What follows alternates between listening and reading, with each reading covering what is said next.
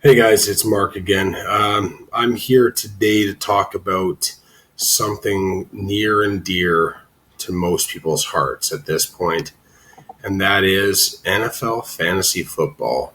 As a person that lives and breathes fantasy, lives and breathes statistics, this is kind of my Christmas. We're starting to build our teams. We're starting to get our drafts going, build our boards, and kind of see what's going on for the year. So right now, everybody's looking for an edge, and hopefully, I can help you find it.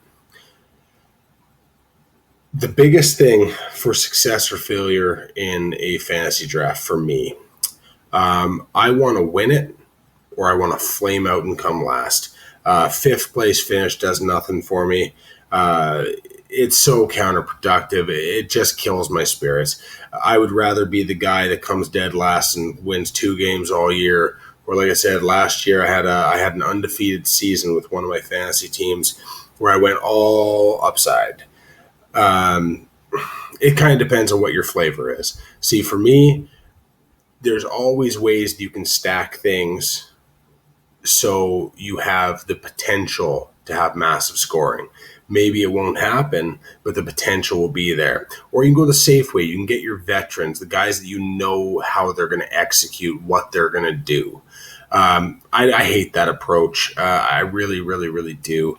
For me, it's all about finding who's going to be the guy at the end of the year that people go, wow, if only I would have seen him as a fifth round pick or a fourth round pick or a third round pick instead of a ninth round pick, because those are the guys that win you your leagues. Last year I set up a team and I reached on Todd Gurley. I reached on Latavius Murray.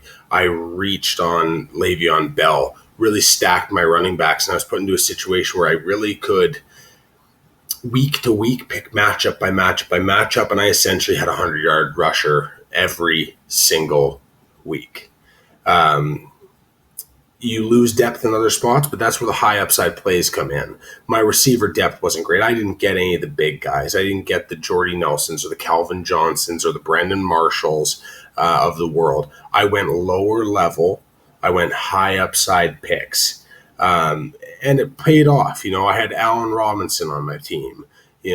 A pick like that can do a lot for you. I really knew that the Jacksonville Jaguars were going to be offensive right to the wall last year. So that's where I went heavy on. I was a team full of Steelers and Jags, and it suited me very well. So this year, I'm going to try to give you guys some ideas about how you can either win or epically lose your fantasy draft. So let's start with the quarterback. The best thing I can say about a quarterback is they can't win you a fantasy league, but they sure as hell can lose you one.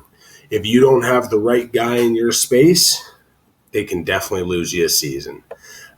So, with that in mind, we all know who the elites are: the Aaron Rodgers, the Cam Newton, the Andrew Luck, Russell Wilson, Drew Brees. You can get Palmer and Roethlisberger in there, and Brady when he's back, Phillip Rivers. They're all known commodities. We know those guys. So let's talk about the guys that might be able to break through.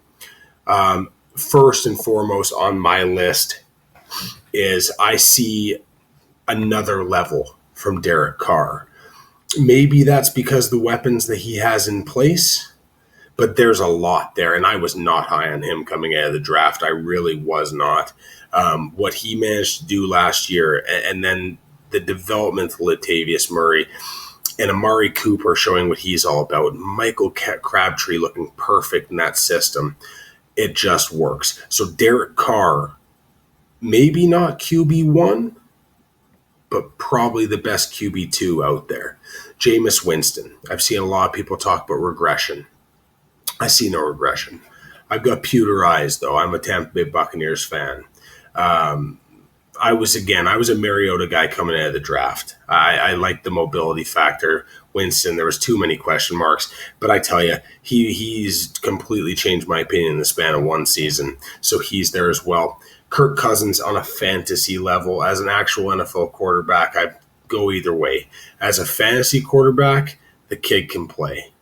Teddy Bridgewater and Marcus Mariota kill my list for me.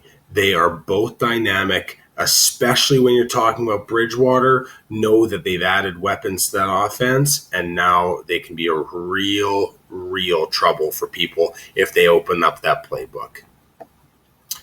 And now the trouble picks. Brock Osweiler. First off, there's weapons everywhere on that team. I acknowledge that.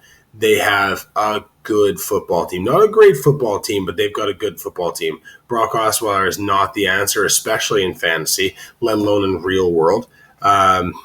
Jay Cutler, Joe Flacco, Matt Stafford. You can just tie those three together, lump them together. It's the same set of issues. You know what you're getting season by season, week to week. You have no idea, and that can crush you in fantasy. Case Keenum is the last one. Goff, that's not looking pretty.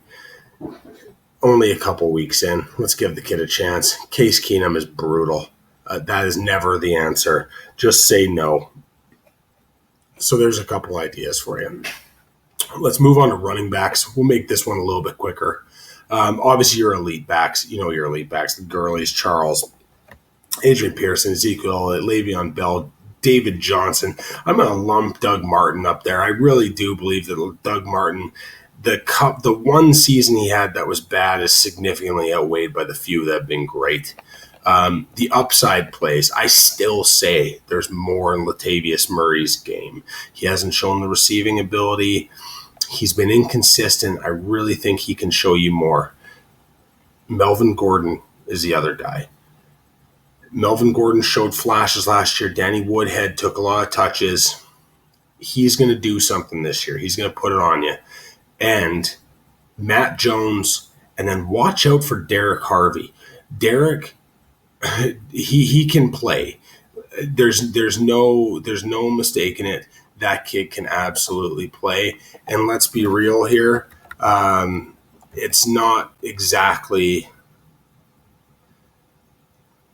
a dead set thing that DeMarco Murray is going to stay in that starting lineup at all. I don't have faith in it. I don't think anybody at this point should have faith in his ability to outplay somebody. Derrick Henry, not Derek Harvey. Beyond that, the trouble picks, Lamar Miller, smoke and mirrors. I don't believe in that at all. Mark Ingram, he gets freed up a little bit because the deep ball that gets thrown in that system. I'm not a believer. LaShawn McCoy, if he's on the football field, he's phenomenal. If he's on the football field, what good is he? Every Patriots running back, don't touch with a 10-foot pole. You know how they play the game. Wide receivers, let's look at a couple of great upside plays. Josh Gordon, if he's only missing a couple weeks, this kid could still lead the league in receiving. John Brown, Tavon Austin, and maybe late round flyers, Laquan Treadwell, Kevin White. Kevin White has all the physical tools to be great. The trouble plays, Keenan Allen, I see him more as an 1,100-yard guy than a 1,300 or 1,400-yard guy. So he's still going to be an excellent wideout, but whether he can do the numbers he did the last couple years. Kenny Britt, Victor Cruz, I wouldn't touch at all. Mike Wallace is terrible. Jeremy Maclin does nothing but catch open passes.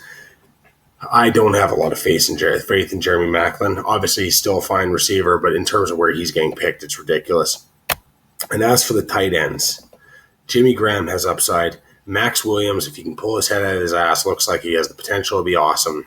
Whoever wins that Tampa Bay battle between Cameron Brate, Austin Seferian-Jenkins has an opportunity to be good. And then we're looking at Vance McDonald potentially, Kyle Rudolph potentially. The trouble picks, Martellus Bennett. Ben Watson, I just don't see it. That was a system move. Jordan Cameron's proved that he was 8 games, and that's about it. And the last one is Jason Morrow. There's a lot of weapons on that team from that position, and I do not believe he will get the snaps to show exactly what he can do. Not to say that he's not a good player. I don't think he'll see the ball enough to prove it. That's the quick little rundown. Feel free to share this. Let's start a conversation. And if you want to talk to me again, it's at the main card on Twitter.